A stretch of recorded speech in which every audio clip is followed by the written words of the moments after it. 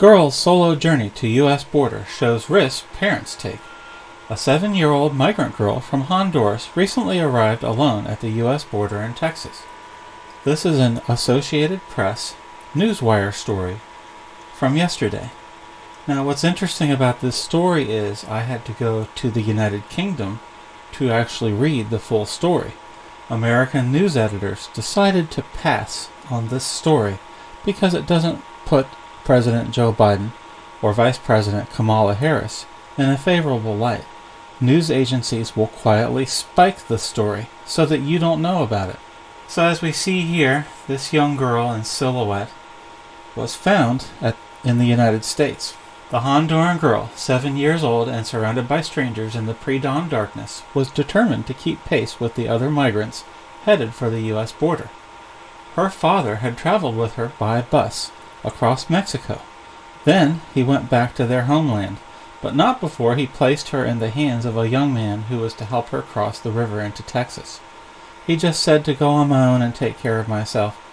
We're always told that American culture is inferior to every other culture in the world, but when I read something like this, I have to wonder, what is it about Mexican culture, particularly the culture of fathers and how they take care of their families, where a father would knowingly take his own 7-year-old daughter to another nation's border, which was a desert, and told her to fend for herself while he headed back to a Mexican city, maybe to go to a bar or something.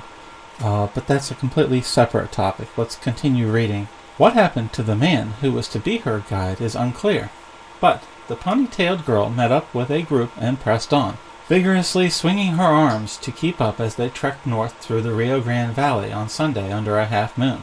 The Associated Press is not using the girl's name. It does not normally name children without permission from their parents, and the identity of her father could not be obtained. But her journey illustrates the extraordinary risk taken by migrant parents to get their children across the border, even if it means abandoning them for the most perilous part of the trip. These desperate decisions represent a dilemma for the fledgling administration of President Joe Biden as it attempts to restore an orderly asylum system. So they're already making excuses at the Associated Press for any failings by the Biden administration. Nearly 9,500 migrant children arrived at the border in February, up 60% from a month earlier.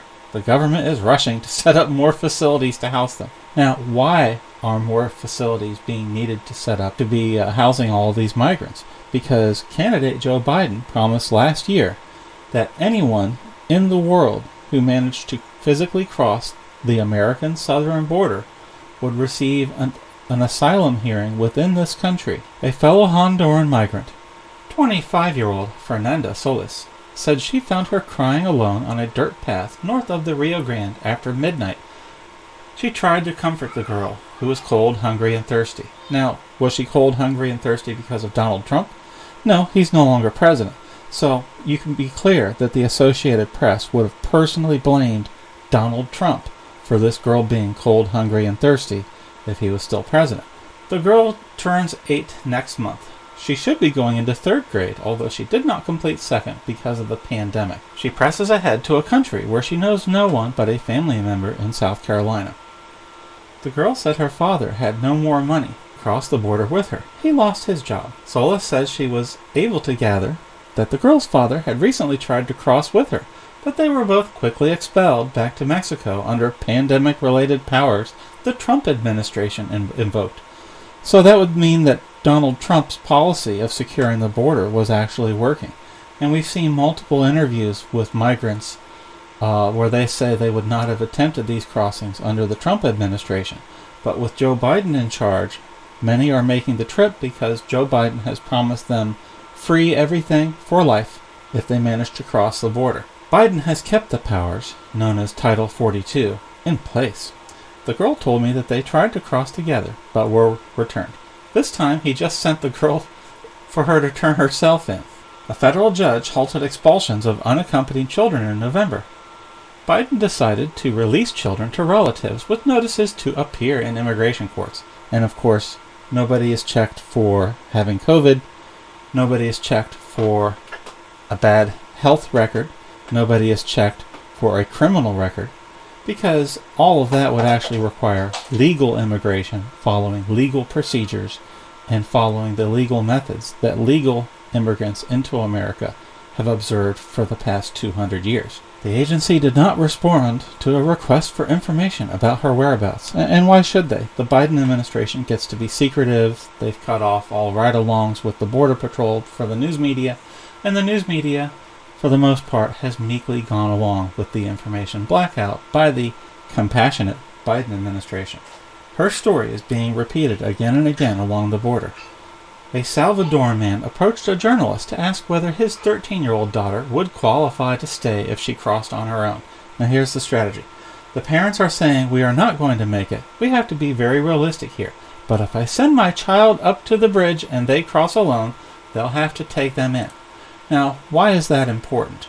Because once the child is here, then the child can send for the rest of the family to join them in the United States. And when you're an illegal immigrant, you do not have to prove any job skills. You do not have to prove that you have a bachelor's or master's degree. You do not have to prove that you have any certifications or abilities to repair things or any craft skills. You don't have to prove anything other than, I want to come to America because I'll make more money here than in my own socialist hellhole. Joe Biden's policy is evil. Joe Biden is subjecting children to death and other possible violations by telling all of a Latin American population to just come up to the United States, we'll take care of your every need. Joe Biden's sole purpose is to increase the voter rolls for the Democratic Party in future years, with the presumption that people waved across the border will vote Democrat. So Joe Biden does not care how much it costs to bring in entire populations of entire countries. If you voted for Joe Biden because you thought he was more compassionate than Donald Trump, you're right. He's going to be more compassionate with your money. He's going to make your children go to a classroom with 50 or 100 children per teacher, as we are flooded with every poor child of South and Central America. If you voted for Joe Biden, this is what you wanted to see. Unaccompanied 7-year-olds crossing the border across the dangerous Rio Grande River and across the American deserts because you're more compassionate than Donald Trump was. Donald Trump didn't want this girl to make this journey. He wanted her to stay safe at home with her family. Joe Biden and Kamala Harris, they want to see these children harmed because it doesn't really matter in Biden's cruel calculus how many children die crossing the southern border illegally. All that matters to Joe Biden is how many votes he can get for the Democratic Party for those that do survive the crossing. Thank you.